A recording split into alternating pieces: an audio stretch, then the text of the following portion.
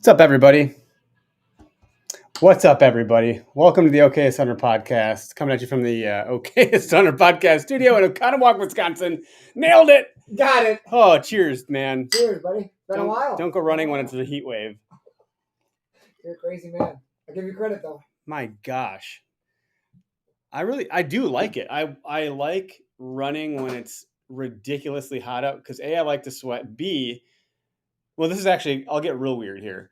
I don't like sweating, but when I'm sweating, I'm like, fine, you want to sweat? We'll sweat. Let's go when it's hot out. And let's just, yeah, I'm in charge here. And then when it gets nice out, running is super easy because I've over-conditioned myself for it. That's why I don't even do it when it's nice. There you go. You said you got to the gym today or the weight room at least? Oh my gosh, yeah. So I'm teaching summer school right now, and we're done at 12:30. Yeah. And I'm coming to the podcast. I haven't been here in a while. I'm busy with home stuff, and my son's doing soccer on Tuesday nights, of course. And I was like, you know what? This is what I need. Do a little work in my room, and then I'll go hit the weight room. First set or two here and there. I'm like, oh yeah, I'm back in it. Got and all of a sudden I go to bend down to go to the water fountain and getting back up. I was like, oh boy, tomorrow's gonna suck. Yeah, you can't go too hard on the first day, and you want to because you have you're good. Nothing hurts. You're like, I can do this, and then the next day you're like, dude, that was terrible. And I've done that before because I've gone, gone in spurts, and I was like, yeah, I'm gonna take it super easy. And I thought I did a pretty good job, but still, just like years of not doing it. I'm not doing it, just doing kid muscle lifts. Memory only works if it can remember last year or something. Yeah, it's been a while, but it felt good. Oh man, that's funny. Well, I wasn't outside like you. Yeah, well, something I'm working my way back into the gym too. I'll actually run to the gym because there's one like a mile and a half down the road. Perfect. So it'll be 3-mile run and a good workout if I can. Picked up a mountain bike at a garage sale. Really? Actually, I just sold a mountain bike. It was out at a garage sale. Yeah, a really nice one. It had rear suspension, front suspension. Actually, what I'm looking for today is I want a mountain bike because I want to get back into it. I was like, I'll spend $100. Mm-hmm. And I drive past the garage sale. It's sitting out there. Like, oh, that looks like a really nice one. Turn around, the guy's sitting out there. I'm like, how much you want for the mountain bike? Take it. My kids never use it. Just take it. Oh my God. Thank you, sir. Wow. So I've been mountain biking. Yeah, he gave it to me. Holy crap. Yeah, that's cool. Awesome. I got one of those road bikes with like the clip-in pedals, and I fall over on it a lot. Because they can't get them out. I'm like, I fall down. Yeah, and then and then my wife just laughs at me. But I don't I only used it like twice. The first time I used it, I got a flat tire, and the second time I fell over. I was like, oh, this thing, I'm done for a minute, Anyway, sponsorship call-outs. Thank you, Spartan Forge, our premier sponsor. I guess is probably the way to say it, presenting sponsor. And they give us the biggest discount. And I think they give, out of all the sponsors we have, the biggest discount is for them. And out of all the sponsors they sponsor or whatever, I think we are up there with that. They're pretty reasonable. Anyways, yeah, it's not even, contrast that against OnX and and other platforms out there, and you're doing pretty good. But it's 25% off. Use code OHP. Go to SpartanForge.ai. We talk about them every episode. It'll probably come up on this one organically, but if you don't know what they are, it's a mapping application and deer movement predictability app with some really crystal clear satellite imagery, but also UAV imagery of like actual imagery from airplanes. I think the last flyover I have on their app for my house was, a couple weeks ago. And so I was like paging through it and seeing when we had a construction dumpster out and a bagster out. And I'm like, wow, this is getting kind of creepy. Oh, yeah. I showed my parents on there because the last time I was up north, we were looking on there. Oh, yeah, Dad, why was your vehicle parked over there? It's kind of weird. No, what? You see it? Yeah, there it is. Yeah, I can tell when we got our minivan versus our whatever. Yeah. I'm like, oh, my gosh. Anyway, so among that, like obviously dropping lots of pins there and you can associate pictures and journaling. And I think the feature that they were talking about recently, and I'll get on to the next thing here, was if you're getting permission from property owners, you can log that permission in the app, and it'll show you which properties you have permission for. And if someone moves or like if it changes ownership, you'll be alerted. I think you could even set up, I could be wrong, but I thought there was even a feature where you could like set up an alert. Yes. You wanted to like check in with them or like, before season, I think you can set up like an alert where you check in with your Garrett Crawl did a good video about it. So the DIY Sportsman, if you want to see a little bit more in depth what that looks like, that'd be a great place to check it out. Vector Custom Shops, sponsor of ours, they have I would say they started in the FOC front of center space making heavy arrows. They've since launched their ZMR, and those things can't stay in stock. Every time they launch it, a new release, they're gone in like 12 minutes, literally. So they just had another batch come through that went live last Friday. I'm pretty sure they're Gone. yeah, but they're making strides and making sure that they have inventory stocked and so forth. They also have their own broadheads now. They partnered with Iron Will. I don't know their tagline specifically, but it's something like "as sharp as science allows." So Iron Will. yep. Yeah. So and I know with their new One Piece component, people are taking them in all kinds of videos, Yeah. like the Steel Challenge. Yep. And the One Piece component is like Doesn't fail. blowing everything out of the water. It's wild, They just man. don't break. No. So, I mean, if you haven't heard of them, like you're going to want to check them out regardless and just kind of poke around their website. But the thing I like about it is the OKS Hunter, I don't have any damn time, is like even getting to the archery shop is difficult for me. So I can go to their website, plug in my specs on my bow, and then the arrows show up at my door built to my spec. And that's great. So if you want to save 10% on their stuff, use code OHP. OHP for everything we're talking about. And then Latitude Outdoors, I got the 2-piece saddle. Derek, by the way, we're getting sticks and platforms, and you'll get the saddle. So check those guys out. I always say that I don't think I would saddle hunt if it wasn't for the 2-piece system, because there's enough adjustability there to accommodate my comfort over even an all-day sit. So 20% off with those guys, and it's code OHP. I'm excited to try the 2-piece because I've had 2 different saddles. They're the 1-piece system, and even like the mesh one, which gives a little bit, but like I got big legs, I got a big butt, like, and it is slightly uncomfortable. Like, it never made me get down from the tree, but like I've just like readjusted. Yeah, well, then people talk about hip pinch and all that stuff. Like, a little bit better. You can adjust all that stuff, and then Go Wild. They're such good friends of ours. They're putting on their Send It Slam. I think it's July 9th in Kentucky. It's a big, huge thing. You're going to want to go. There are lots of country artists, lots of products, lots of vendors, archery. They're doing like our Foam Fest, but on steroids. So I think it'll be a good time if you can make it. Certainly go buy tickets. I think you'll get a discount if you want to like reach out to me or the like OKS Hunter will help you out and save you some money there. I know we have a discount code with them. I know it's OHP. I just don't know what it gets you. I can't remember at the moment. Go figure. But like I'm on Go Wild, Derek's on Go Wild, Greg's on Go Wild, OKS Hunter is also on Go Wild, and you can log listening to this show on Go Wild. So yeah, they have you can buy products there. You can see what other people are using to inform your product decisions and choices. They have a lot of discounts and free stuff they'll give away, and some pretty good brands that they work with too. So Garmin, Vortex, and a bunch of others. I got a new Garmin watch for Father's Day, so track my first run today. Anyway, we have a guest. I'm not going to make him wait any longer. It's been 8 minutes of us bullshitting about ads. Sorry, Zach. So, Zach, damn it. Did you remember it? Did you remember it? Well, you're looking at it. Yeah. Venchus. Yes, Venchus. Did I say it right, Zach? Venchus. Yeah, close enough. Damn it. I knew I got it wrong. Venchus. I was saying in my brain, I was like, this isn't what he said. I told you. Venchus. So, Zach is... I think we hooked up. That sounds terrible. We linked up on Instagram at some point. Slid into those DMs. Slid right in. Yeah, well, he did. He slid right in. Of course. He's got that luscious beard. So Greg's going to be like, oh, they're still getting weird over there even without him. Yeah. So, Zach, you are our guest today to talk about trapping. And we've discussed trapping. It's come up here and there, but we've not had a full episode dedicated to it. So it's something that I know nothing about. You're going to be our trapping Sherpa. I'm not going to say you're a total expert, but I think you carry a lot of weight against us. If you want to just take the floor and talk about just some context for who you are and kind of how you got into this stuff, and then we'll start to throw some questions your way. Sure. Yeah, I really appreciate you guys having me on, first of all, to spread the good word of fur. But, I grew up outside of Chicago, Villa Park, Illinois. I started fishing little ponds here and there as a kid. Once I got to high school, we graduated into getting kicked out of subdivisions by the cops because that's where all the big bass were. I used to do that, yeah. Get out of here, kids! That's where they all What's are. wrong with people? Yeah. Yeah. But knew I wanted to do something outdoors, so I went to university.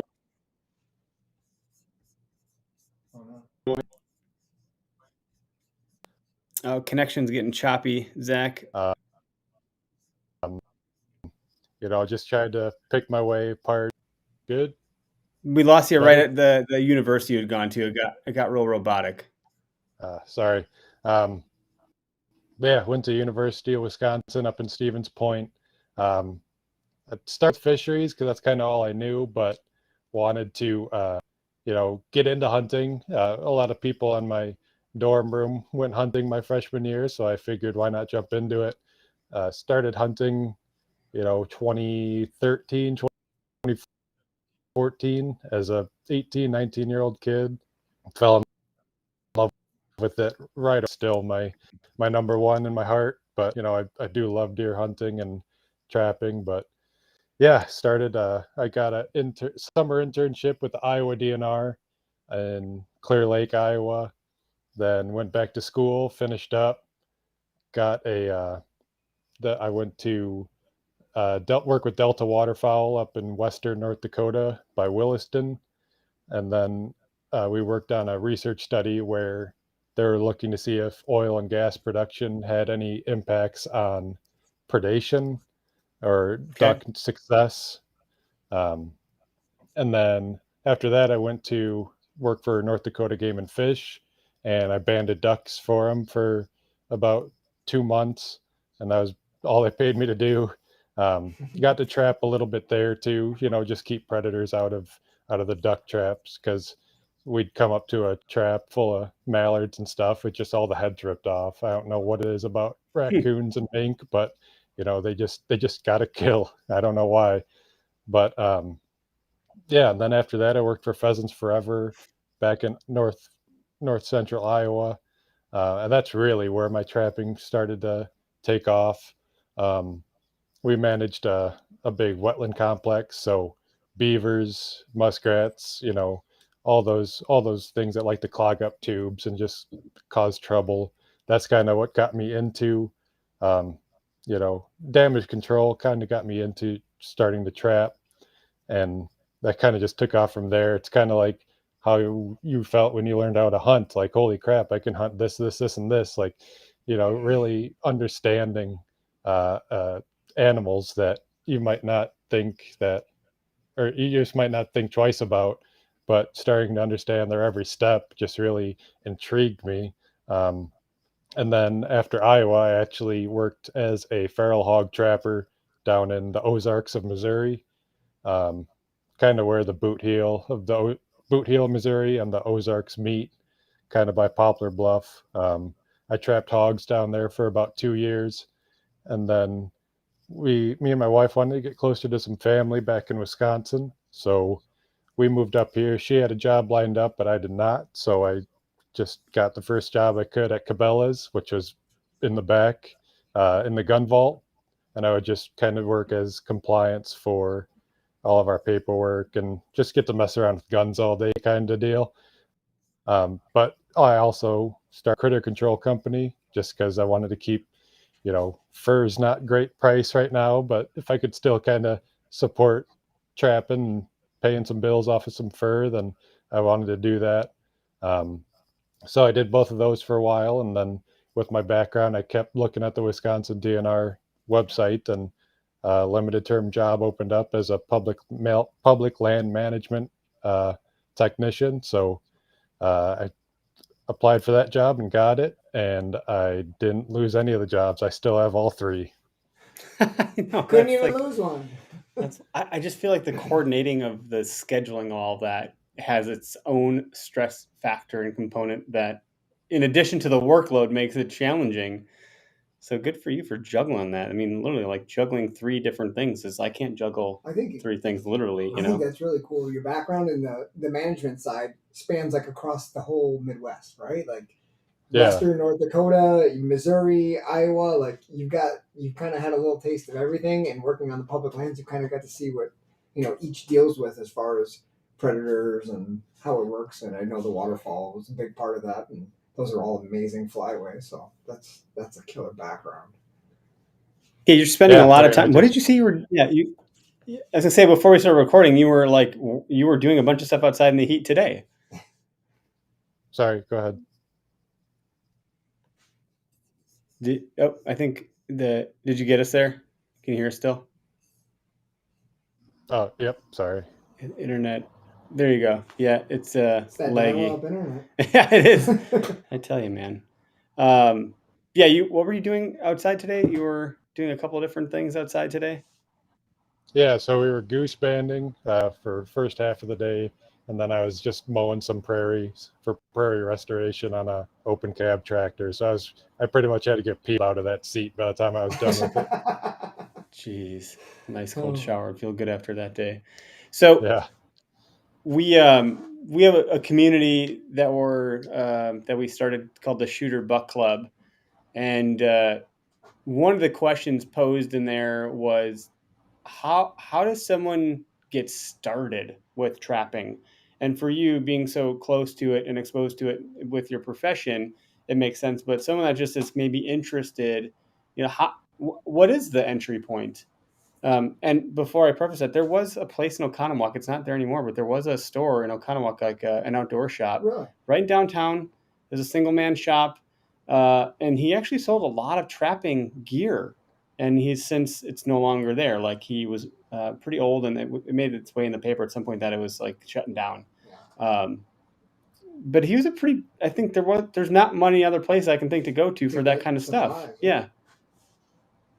Yeah, and that's one of the biggest issues with entry into it. Other than going to Cabela's and buying some, maybe subpar traps, it's a lot of online ordering. Um, but as far as entry goes, there's a lot of good ways to get started.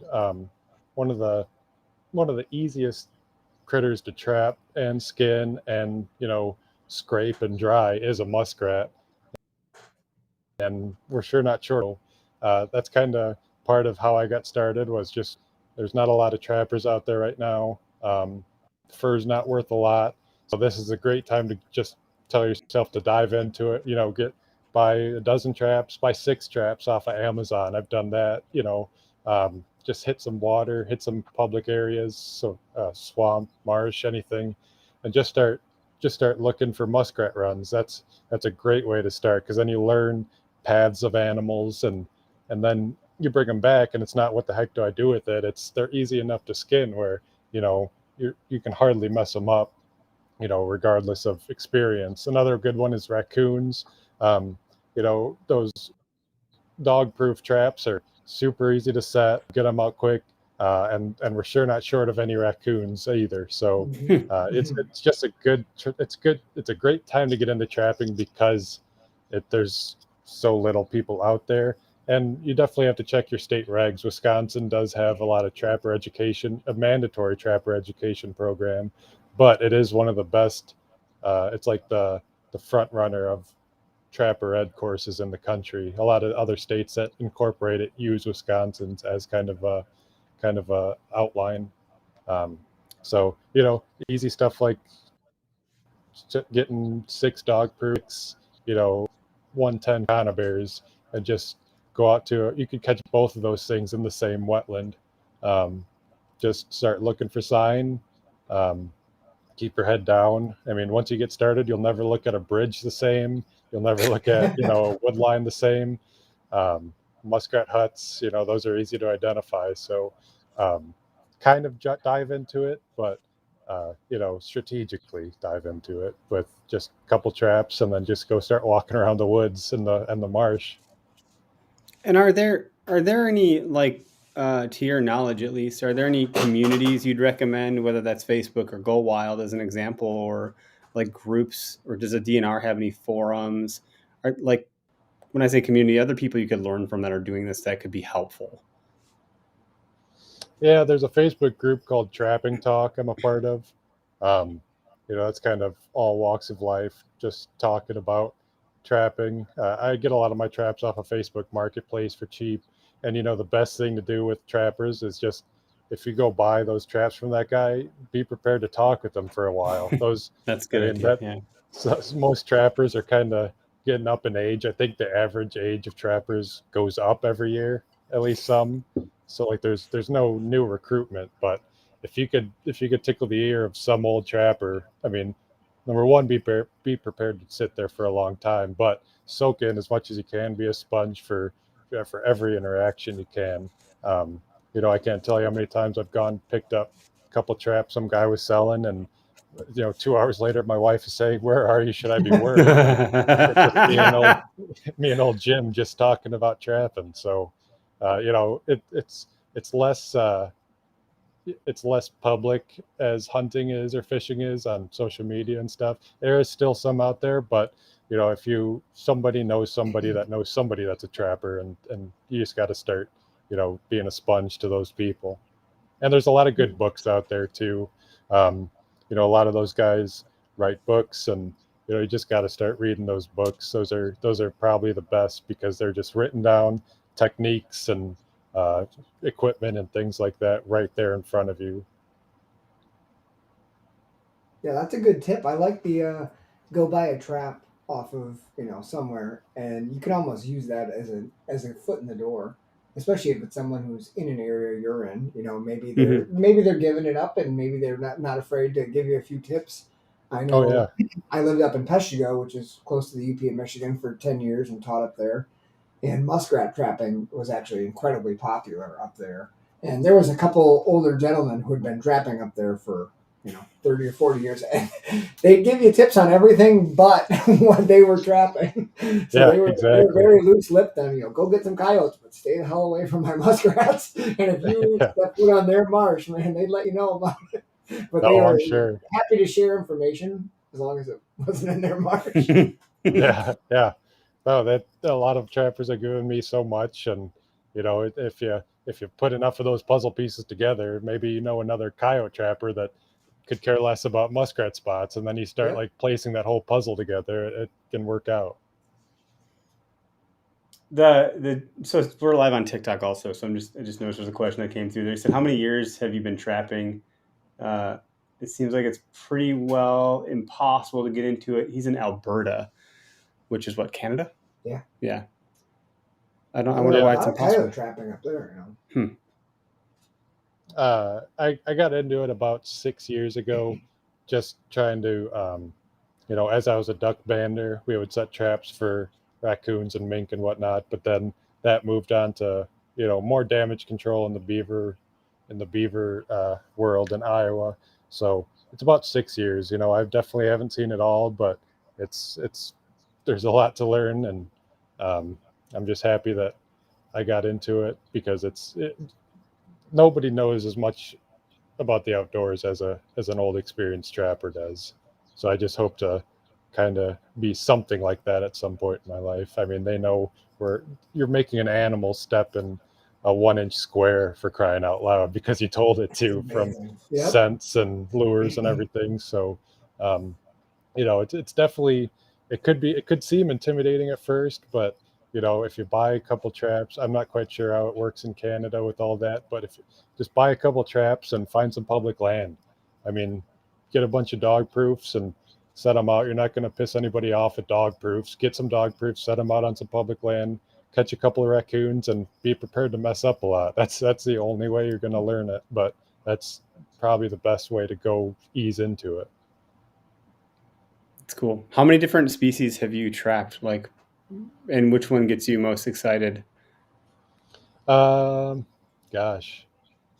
So maybe if I name them, that might help me. Um, Muskrats, minks, beaver, raccoon, gray fox, coyotes. Um, let's see, hogs, a lot of hogs. Um, let's see, I had a nuisance job where I did flying squirrels. Um, uh, but yeah, that's about it. My favorite one is beavers and otters. Otter. I didn't say otter. I don't think, but um, you know, setting beaver traps. I just love getting down in the water and setting beaver traps with hopes to catch otters too, and muskrat. I just love the marshes. I'm a big duck hunter and just love beaver, mink, otters, muskrats. Those are all my favorite by far, but I do love catching raccoons and coyotes. So the dog proof, I'm going to share my screen here uh, to show anybody that's watching like on our live feed what some of the stuff might look like. when you're talking about catching or trapping coyotes, and you have a dog-proof trap, you're not able to. That's not able to differentiate between a dog and a coyote, right? If I'm understanding that correctly, So like I don't know how I would know. right. So dog proofs were basically for raccoons, um, because they have their pretty uh, adjustable hand. Um, so that is basically just for raccoon trapping. I have caught possums and skunks in those traps. Oh, that's another one I didn't mention. Skunks, possums. They'll all come to me sooner or later. But yeah, so that is basically by design a raccoon trap because they stick their hand in that cookie jar, and on the bottom there is the spring that clamps onto their wrist. There's a little trigger at the back of that, and that clamps onto their wrist once they pull that trigger. Okay. And then I guess since we're on the topic, like the next one down on your list here is for beavers and otters mainly, and this is a double long spring foothold trap. I mean, there's a lot to learn here. Like you said, just like hunting, it gets so deep and granular pretty quick. Oh yeah. And that's honestly a bit of the fun of it is like mastering something new and continuously learning. It seems like one of those things, much like hunting, where as soon as you get your toes wet, you want to The appetite for knowledge, you want to go and a little bit experience. deeper, and you want to go deeper. Zach, I've always been intrigued by the beaver trapping myself, and I had a friend who was into it, not super successful, but was really into it, and I went with him on a trap set one time. We didn't get anything, but like, how does it work? I mean, it's in the wintertime, right? So you're trapping through the ice usually for a beaver season. How does the setup work? Where are you putting them? Are they under the ice? Are they near lodges? Like, how do you do it? Yeah, so season comes in. I forget if it was October. I think mid-October. Beavers trapping starts. Um, but if you have a drainage, a river, a marsh, where you locate a dam, the beavers don't live in a dam, which I think is a common misconception in some people that probably don't trap. But that's to block water so that they can live on the high side of the river, stream, or lake. So their lodge will be on the high side of the dam. Um, and they gotta eat, they gotta gnaw, they gotta cut their teeth down. Their teeth don't stop growing, so they go find willow sticks, things like that. Um, so if you locate a dam, first thing to do is go upstream to find the lodge. Next thing to do, you'll find a lot of times, if before it gets frozen, that there's mudslides coming in and out of their favorite spots to access. Whether if it's to a willow patch or um, whatever it may be. So those are great spots to set up a foothold trap, like a bigger foothold trap, like that double long spring, or they're all numbered, so like a number 4 or 5, something for either a front foot or back foot catch. Um, and I usually put a little bit of castor scent on land. Castor is that secretion they have. It kind of smells like vanilla almost. It's Interesting. actually, yeah, that's the most, you know, that's the best part of the beaver, because if you save enough of that, that sells for about $90 a pound. Wow. What? Yeah, they actually use it in fancy perfumes as like a sticking agent and sort of like a vanilla extract scent. Um, but you can grind that up yourself if you catch some, or you can buy some online. But I just usually put some mud up onto the bank wherever that slide is, because they'll do that. They'll put mud up and mark the tip their own castor scent. So I'll kind of mimic that. Another beaver, and they'll want to come check that out. So I'll mud up. If I have a nice mudslide coming out of a river bank, I'll throw big globs of mud right in the middle of their slide, and then put a little bit of that castor right on top. This is a new beaver they've never smelled before, so they want to come check it out. And little do they know you have a trap at the bottom, so they kind of like float along like a blimp almost in the water. And then once their nose touches the land, their back feet kind of just float down to the bottom so that they can start walking out. So there's a couple different ways to set your traps. You can set them as a front foot catch or a back foot catch. front foot can be pretty close to the shore, but you don't want it so shallow that they just like rub their women over it. So back a little bit, 4, 5, 6 inches, depending on how steep of a drop off it is. Otherwise, for a back foot catch, I usually do from the tip of my finger to my elbow from the bank into water. And then you just kind of set it down and right at that point, that's usually the back foot beaver. So they're not small. Lure, Some beavers can get pretty caster. Big. Yeah. So when you talk about like your hand, your elbow, yeah. Yeah. My biggest one I've caught is 65 pounds. 65-pound beaver. So I'm gonna flip the screen back to. I'm gonna try to something a little bit different with the screen. So just bear with me here. But I did watch a Meat Eater episode where he was doing some beaver trapping, and the size of them was, I didn't realize they got that big. So even hearing 65 pounds is like, that's bigger than my boxer upstairs, right? Yeah. One of them at least.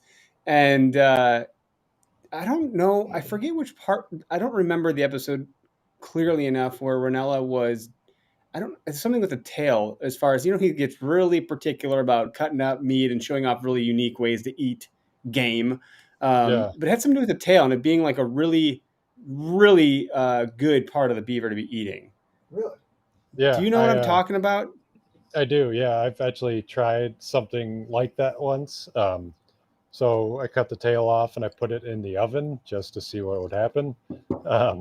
And it actually, that was scale and kind of, and it kind of separated from the actual, I guess it's mainly fat, but fat inside the tail.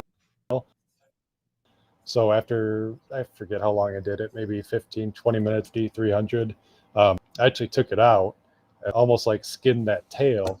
And it's just like this rich yellow, like it's pretty dang good fat. And you just sprinkle salt on it. I mean, it was really good. Kind of not something I'm going to do every day. But it's one of those things where I got to say I did it. Well, yeah, it kind of runs like, what is the saying? Fat is flavor, right? To some degree. And there's a silly TikTok recipe that went around where you take beaver tail? Yeah, it was. Yeah. There's a Diet Coke one going on right now. Don't try it. It doesn't taste like Diet Coke, I promise. And if you ever want to Google that, good luck.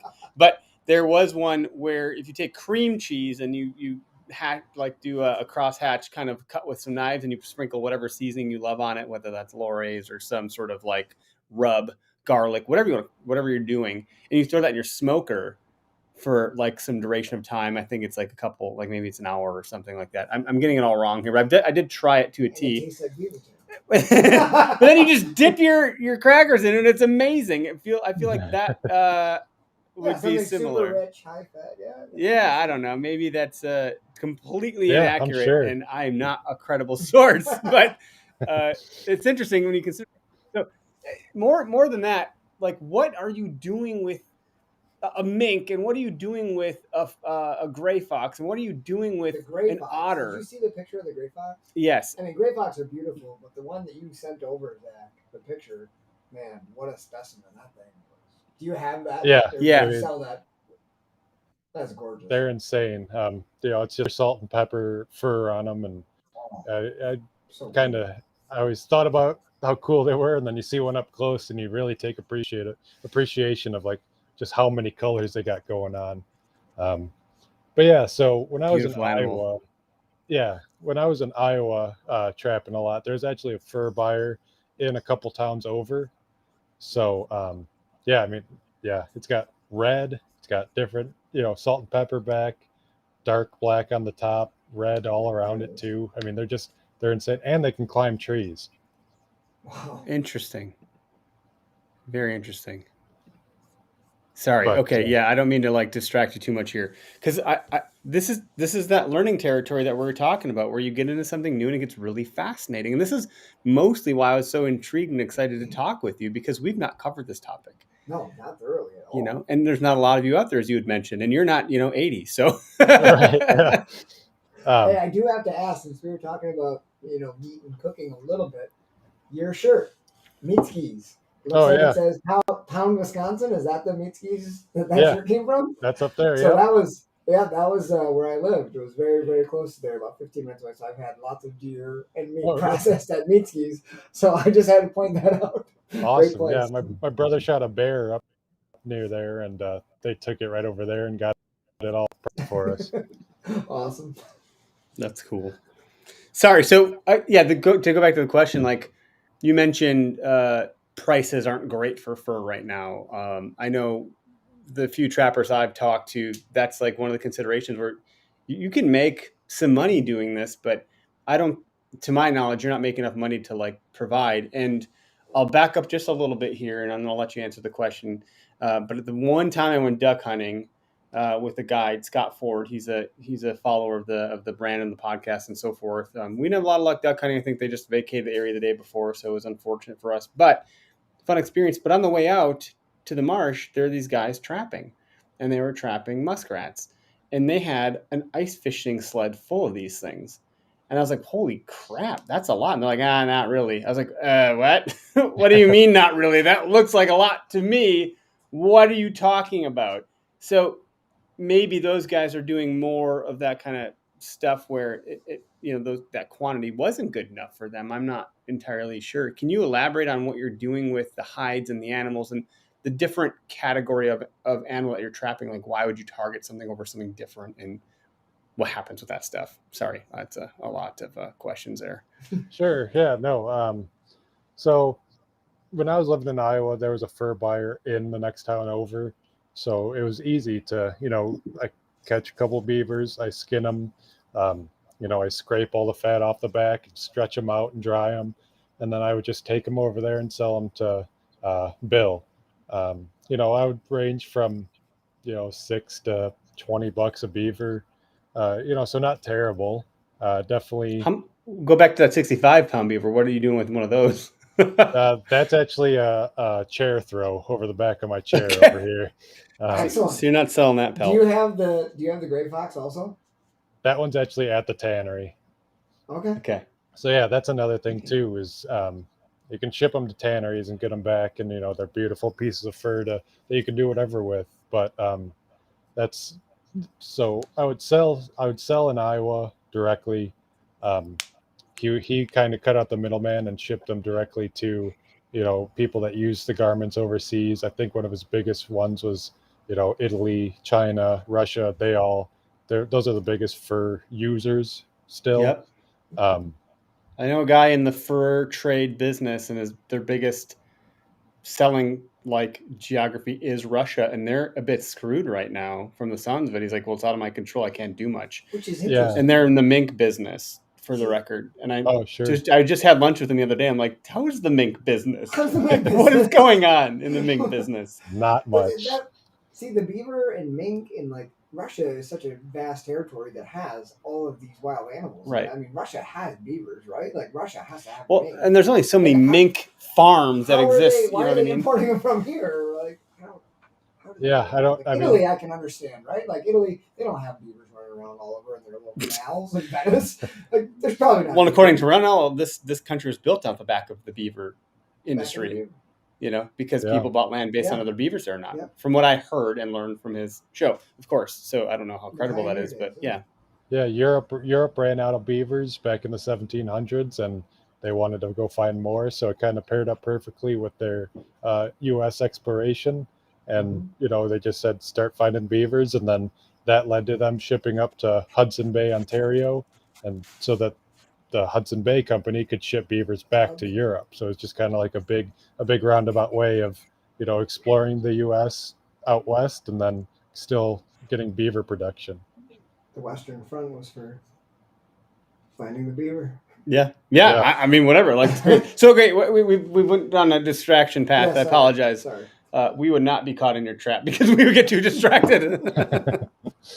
But yeah, so what's that? A popple tree? Gotta chop that one down. Yeah, but so what I go after is just just first of all, I wait for a couple of weeks to get more prime early, raccoons and okay, and stuff. It matters when you get the animal trapped. Yeah, so their the fur primeness goes off of sun photo period. So less sunlight, the fur gets better. Um, but early season raccoons, it's super thin skin. Their skin actually blue when you know it's not ready yet. You flip them inside out to scrape them and dry them, and the skin is like actually blue. That's just like their kind of summer skin. They haven't really grown into their thicker winter skin yet. Um, Usually, That's end of interesting. October, early November, I start really ramping it up, and I kind of want to stick to either one area or one animal. So last year I set a lot of muskrat traps on a couple different areas, and then I switched to beavers, and then I switched to furs kind of late November, right when fur's like about perfect, and then spring season is a really good time to catch beavers too because they're looking for mates and everything. So those caster scents are really draw them in from long ways away, and get them really curious about it. But so catching a bunch of muskrats, you put those up right away. You flush them out, which is just scraping all the fat off the inside of their skin. You flip the whole once you case skin it, which is like a sock kind of, you flip them inside out and then scrape all the fat off, and then you hang it up on a wire stretcher, which is stretches and dries the fur and the skin. Um, I think this last year I got $3 a muskrat, but it's easy work. I can do 6 in an hour, something like that, all the way to completion. So Like six traps an hour, or are you talking about round Skinning. trip? I think he's talking about skinning. Got it. So that's not including your yeah, time in the field. so skinning so after I catch 6 muskrats, it'll take me about an hour to skin them, flesh them, dry them, and then give them about a week to dry, and then they're ready to sell. Um, but yeah, I actually found a guy down in Eagle, Wisconsin, that bought fur because he does his own fur, garments and things. And his biggest seller was he'd go to the bars at night and sell raccoon fur lined koozies. There you go. Oh, I'm interested. We have our Can Buffalo he plaid embroider? koozies, which I Yeah. thought was like the uniquest koozie in the market, but now I've been one upped. And I think a muskrat koozie with the tail could be really I'm interesting. telling you, man, the Yeah. the riches are in the niches. Okay. Yep. Yeah, you could go any But amount of ways on putting fur on something. People usually eat We're it gonna up. talk later. so But Zach, I've got two Coon questions. koozies. I'm sorry, but Coon koozies is koozies. You're trademark, so I can't okay? actually call it a Okay. koozie coonsies. Really? from our lawyer. Yeah, Koozie is trademark. it is. So we had to change the name of Can I do our koozie koozies with to a can C? coolers. It has to be can cooler. What Yeah, about believe it or not. coonsies? Anyway, I Koozies. don't know about That's that. not true. See? We'll Pay get that that one man. Pay scooped the up. man, Eric. So I've got two questions, and they're vastly different. But number one, for people in this area, let's just say Midwest Wisconsin, a lot of people who are deer hunters, coyotes predate on fawns, deer. So people, if they're jumping into trapping, I would imagine that would be a place that they would be interested. Trying to trap some coyotes to help out the deer population. I've talked to some people who are interested in this. I know that they're not the easiest thing because they are quite clever and they're pretty wary. Clever But what coyote. do you do when you're to target a coyote or say like the gray fox, like somewhat similar fox, but coyotes travel differently. But like, what do you do for Yeah. that? How would you set up to run a coyote trap line? What would you look for? What would you do? Yeah. So you probably uh you want traps like number twos and number threes, for footholds that don't traps close and they touch in the middle. Um, you want them to not touch in the middle. They're called an offset trap. So it leaves, when it's fully closed, it leaves about a 1/4 inch gap, fully closed. And that's just because once you catch that coyote, he's going to want to start spinning and, trying to pull on it and nip at it. So that kind of just relaxes the grip. So it's not like this sharp, Mm-hmm. jaw gripping down. It kind of just gives him like a little more comfort room. So it kind of calms him down a lot faster. Um, but if you get, even start with six of those, number two or number four offset jaws, anything like that. Um, you know, Dirt hole sets are probably the most used coyote set out there basically you look for, field edges. You look for, if it's already a picked cornfield, a rock out in the middle of the cornfield, something to draw them, or something that they use to run around at, like the field edge. Basically, I just take a 12-inch rebar, I hammer it down, and you just start reaming it out to make a big hole in the dirt. And then about, whatever that is, 10 inches back from that hole, I'll dig a little pad, and then I'll set the trap in that little kind of dig out. And then just with real fine dirt, you want a sifter, and you just sift, you know, dust and a lot finer dirt material over that trap so that it looks flat, like you were never there, like something just came up, dug a hole, and put some good stuff in that hole. But you kind of like make a little cookie cutter of your trap in the soil, and then just cover it up so that like nothing, you can't see anything. And then so what should happen is, if you put the right bait and the right lure down there, it should just come up, want to get down into that hole, and it's kind of having a hard time, and it's stepping around where your trap is, and then eventually steps right on the pan. And another good way is, if you know that they're running through an area, to set up cable restraints. It's basically just setting it up head high, having their head run through Oh my that gosh. hole. The pinpoint accuracy of something like that is mind-boggling. Yep.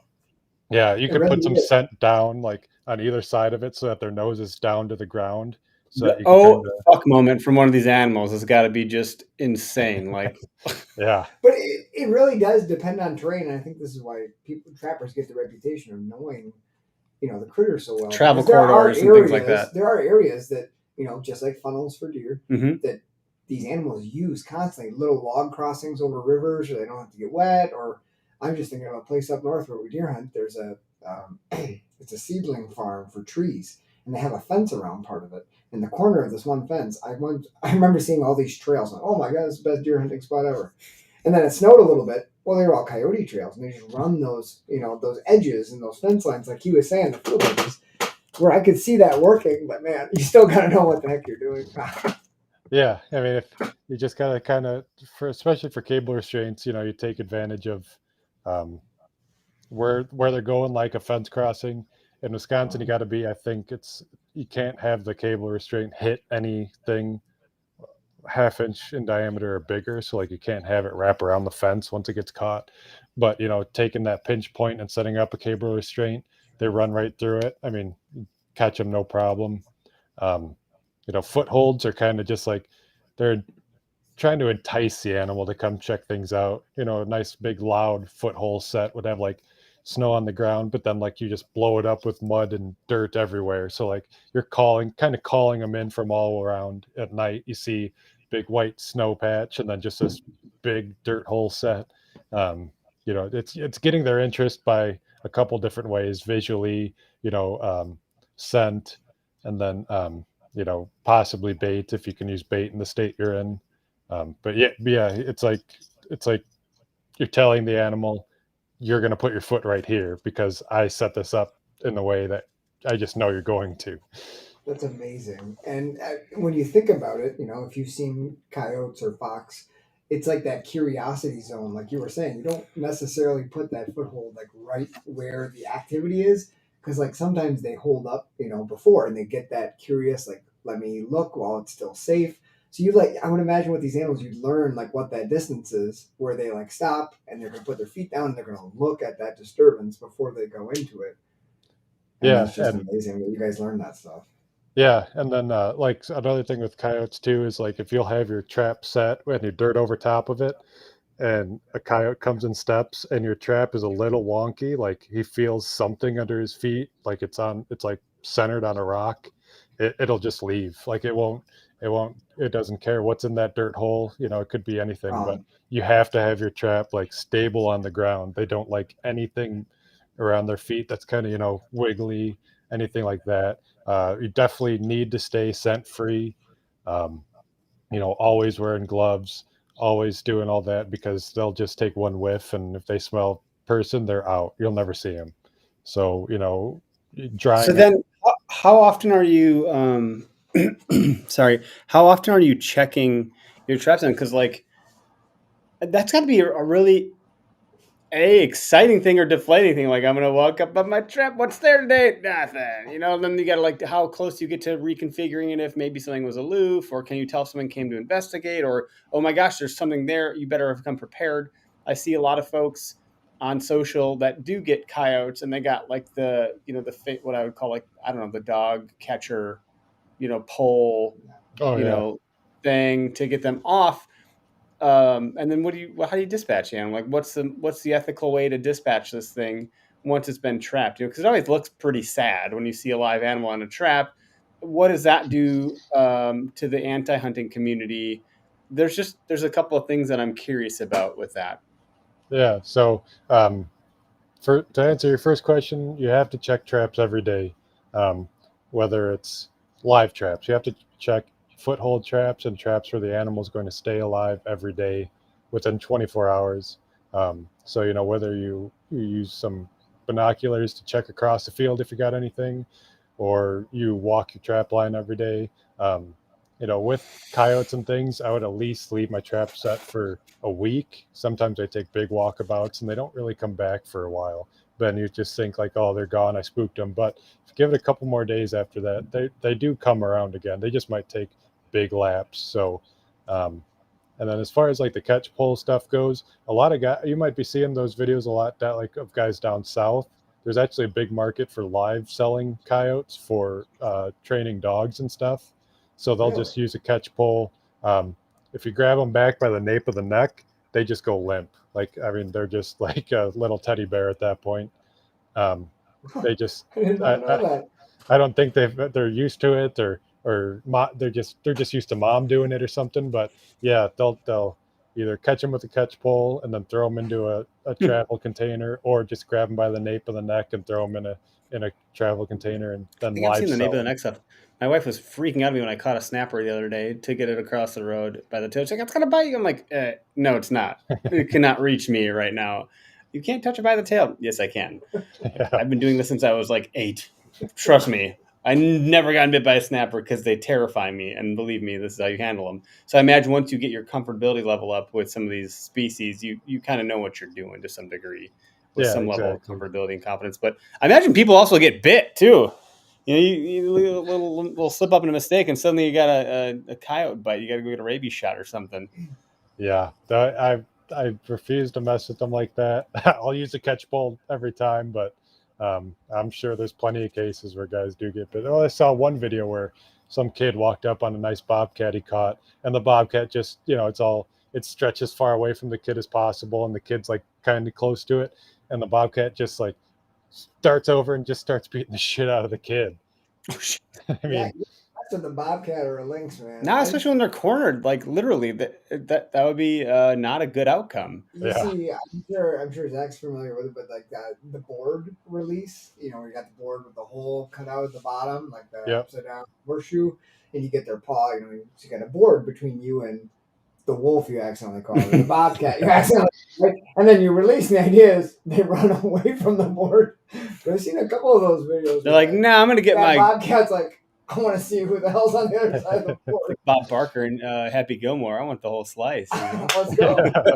yeah. I actually have a story about that too. I was trapping coyotes in Missouri, and I had caught neighbor's dog. The landowner I was trapping on told the neighbor I was setting traps out, but still caught its German Shepherd. So it's something that happens. It's another good reason why to use your offset jaws, because they're a little more give to it. So I have to walk up to this 130-pound German Shepherd and get him out of the trap. Um, Terrified right off the bat. First of all, I was Yeah. excited because I thought I caught a coyote from far away. Walk up, and it's got a collar on it named Shithead. So I caught Shithead. But so I called my one buddy. He lived in town and he I was, caught shithead. yeah, I caught Shithead, buddy. Um, and he's like, all right, I'll come see what I can do. So I didn't have a catch pole with me, so I found some conduit and some rope, and I made a makeshift catch pole. Um, and I always have my 22 with me too, just for dispatch.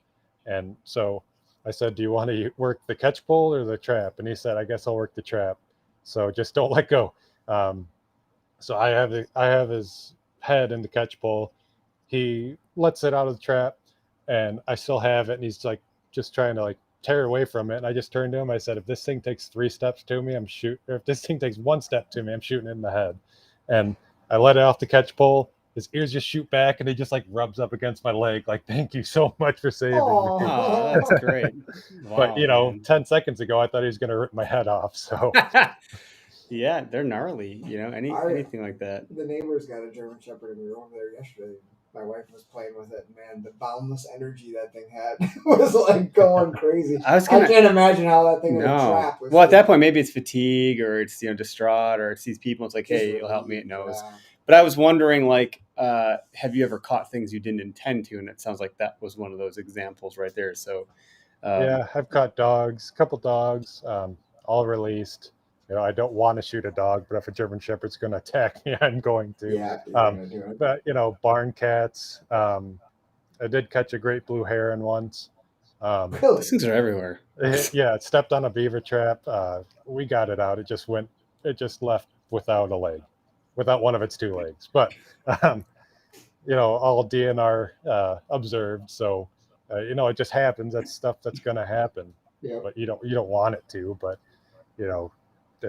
Yeah, you almost don't. Enough, Yeah, so you almost don't know what you're going to walk up against, or walk up to, or what you're going to see in the trap, and you have a good idea because you were targeting a certain species with a certain scent and so forth and trap. But yeah, the neighbor's house cats in there. Dog's like, that smells good. Yeah.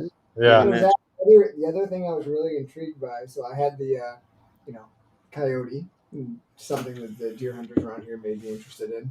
But I'm really interested in how you did the feral hogs. Did you guys use like net traps, or were you using what were you guys doing to catch all the feral hogs in Missouri there? Yeah, so our main way is we'd have they're called drop traps, but they're basically 6 foot tall fencing, like hog fencing, 4 big panels. I forget how wide they were. They ended up being about 16 feet across, I think. But basically there's a center pulley system that you winch that entire trap up off the ground, and then you have a snap shackle at the bottom that just flings open when you pull like a cord, and you kind of just bait it in a way that you set some bait around that trap, and then you set a big pile of bait under that tripwire, and the hogs come in. The little hogs just start they hit that bait, and the little hogs just start coming around in a circle, and then Big Mama comes right under where that biggest bait pile is, and that hits the tripwire, and that drops that entire trap down to the ground, and then wow, pigs. And they were mobile, so we would have to load them up onto a UTV, take them apart, and go throughout the Mark Twain National Forest and trap hogs. Holy cow! Jeez, so we had a lot of those. A little bit more complex than your standard Elmer Fudd video. Yeah, right.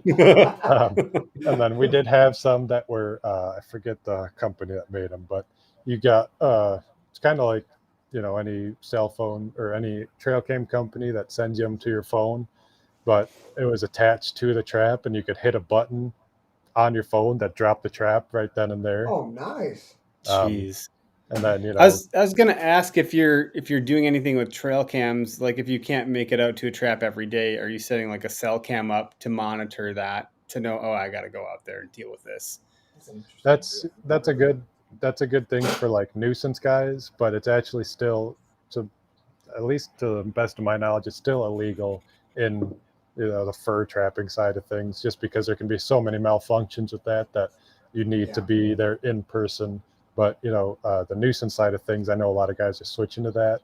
If there's another person, if you're set up traps at like a customer's house, and they can still go out and look at it if they need to, but you also have that backup of, hey, I caught it at midnight, let's go take care of it now, sort of deal.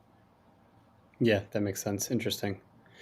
Boy, we covered quite a bit of ground there, and I feel like we barely scratched the surface. That's the thing. Like I didn't mean to jump into it. I'm sure it's not the best intro for somebody that knows nothing about it. I just kind of get ahead of myself and That's No, you did the great. reason why there's so much to like about it, really. You clearly articulated and displayed, like, just even when you talked about the beaver traps and the putting the mud on the bank and the slide and the distance from the bank based on the depth and like using the sense, it's like, and the skin this time of year, based on like the holy shit, the depth of knowledge that you can start to accumulate here to inform what you're doing is fascinating, and to know which traps to set where, and it's a big topic. I think it'd be fun to have you back on. We'll see what the response looks like for this particular episode, because we've not really touched this topic before. And if I'm assuming it's gonna be a good response because it's a curious topic, we'd love to bring you back in. And if you're local, I don't know why we didn't have you here in studio for the record. Yeah, I come with a bunch of traps and things next time, and I can actually do like live examples. Keep it away from my son. I'd love to see a beaver pelt, and I'd love to see that gray fox, that silver fox pelt, man. Married man would love to see a beaver pelt. I do got one last story about a beaver I caught. Okay, let's hear it. It was at the marsh. That was the bar. Yeah. The marsh. Alrighty, the beaver. Okay, all right. So I was setting beaver traps, and there's this like super defined, slick coming right off a channel, right over a dike into a cornfield, eating corn, cutting down stalks, all that stuff. So I set a trap up for a back left foot catch. I had deep enough water. It's very specific. Yeah, I had deep enough water. I wanted to catch them by their big back foot. It kind of cuts out the possibility of them chewing off their front feet if they get caught. So holy shit. Back left foot catch. What's that movie, Saw? Yeah. I mean, I got another quick story after that one too. But so back left foot catch, I missed it. My trap fired 3 days in a row without a beaver in it. And I thought I was going to nail this guy for sure. The sign was fresh, all that stuff. I said, well, what the heck? Let me switch to a back right foot catch. I switched it that day. Next morning, checked the traps, caught him. He didn't have a back left foot. That's why I didn't catch him those first 3 days. And so he triggered it, but he had nothing to get caught in there. Yeah, he was just rubbing his belly on it, and then it was just like falling, or he was just pulling out of it. No problem. But once I actually got the foot that he had, caught him right away. Do you think that was from another trap? It was so healed, it almost looked like it either happened really young or he was just born without it, because there was like no stump, no bone, no nothing. So I don't know exactly why he had that, but it was totally, it just looked like there was nothing there. It's evolution. Dad and Grandpa got caught in traps. He's like, we don't need this foot anymore. We're going to avoid that hole. Pretty soon, he drowned once I had caught the other foot, so it didn't work out well for him. And then one more story too. Yeah, that's what I was looking for. I had caught a raccoon by the front foot, and it had chewed out. It happens in trapping. It chewed its front foot off enough where it could just pop out of the trap. It doesn't happen a lot, but it sucks to see. I put that trap back in that same spot that night. Next morning, I caught a raccoon with a stump for an arm. It was that same raccoon stepping in the same exact spot 2 days in a row. Jeez. You think, you should have learned. Survival of the fittest, right? Either he's super dumb or you're really smart, or a little bit of both. It's his fault at that point. He had decided it was a bad decision. That's wild. That's wild. So how much of this meat are you eating then too? Like, are you eating, like we talked about cooking up the beaver, and we talked about like what you do with the pelts and all that stuff. Like, what is your favorite thing to trap? Beavers. I love catching beavers for the fur, but I also butcher a lot of that meat. I make big crock pot meals like pulled beaver, barbecue pulled pork style, big pot roast, things like that. It's just such a good dark rich meat. It's one of my favorites. I always keep a little bit of every beaver I catch. I can't say I've ever had pulled beaver. Well, I mean, sounds. A lot of ways I would love to try it, honestly. I'll try and get my hands on some, and I'll bring some if we ever meet up together. Get your hands on that beaver. We'll pull it up. Just shred it apart. Yeah, man. Slow cook it up. We're gonna do crock pot. We'll give you. We'll eat beaver when we're here next time with you. Yeah. We'll schedule a date where you can bring in a nice fresh beaver. I also have tried raccoon. I got a neighbor that used to eat it a lot. He cooks some up every now and again, but pressure cooked raccoon with sweet potatoes, it's very edible. It's don't let anyone tell you different. I wouldn't say it's good or bad, but it's definitely edible. Just depends on Edible. preparation, but it's not bad by any means.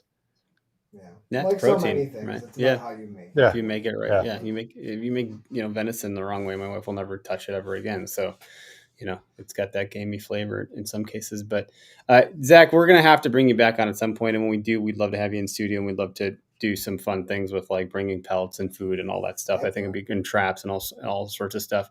Can you just share with folks where they can find you, just to be sure that if people are curious, they you might get some outreach or what have you, and different questions like that, where we can send folks to find you? Sure. On Instagram, I'm Zac, ZAC_Venchus, VENCHUS. You could reach me there with any questions anybody has. And then if anybody in the Madison area wants to see how the nuisance side of things works, my company is Zac's Nuisance Animal Removal. I pretty much operate all over Madison, Dane County. Could always use a hand, or could, at least just inform, educate, all that sort of things. And, if once we do a meetup, I'll bring in some furs and we can do demos and, fleshing, stretching, drying, or setting, and all that good stuff. We got to come to Foam Fest. That's right in. It's in his neighborhood, right? Yeah, well, it's Hubbleton, which I think is it's Waterloo is the technical city that's in, and it's August 27th. It's a Saturday. Foam Fest is a small archery shoot we're putting on. Less about shooting your bows, probably more about drinking some beer and having a good time. But it's $20 a ticket. You can go register on our website, and the ticket's going to help us pay for the targets and the food and the beer and the music and all that stuff. So certainly, if you're around for that, we'd love to meet you there in person, and feel free to bring some of the pelts and all that stuff. It'd be really cool to see that stuff. Awesome. You can show me how to properly skin a coyote tail so I don't tear it off like I did on the last one. Yeah, it took me a lot of tails to finally figure it out. I got the first one I did, came out perfect. So the second one I was a little overly confident. Moved a little too quick, and I was like, "Oh no!" Yeah, Cool. They make some tail strippers that work pretty dang good, but you're still gonna lose some tails sometimes. Well, yeah, If I just, I if saw. I, I saw the tail stripper, and thought I could make a smaller size open-ended wrench work the same. Didn't work. Yeah. So sometimes if I think I'm gonna lose it, I'll just chop it off, and then if I go get it tanned, I'll just sew it back on later. No, interesting. That's smart. Well, thanks for being our guest tonight on the live broadcast. We'll get this produced in a podcast land this evening. We'll tag in everything and all that stuff. So the folks that were able to tune in and comment along, Greg, for watch out for those Russian beavers and all that. Thanks, buddy. Thanks everybody that were able to tune in, and we're on the live broadcast, and stay tuned for when this thing drops later on.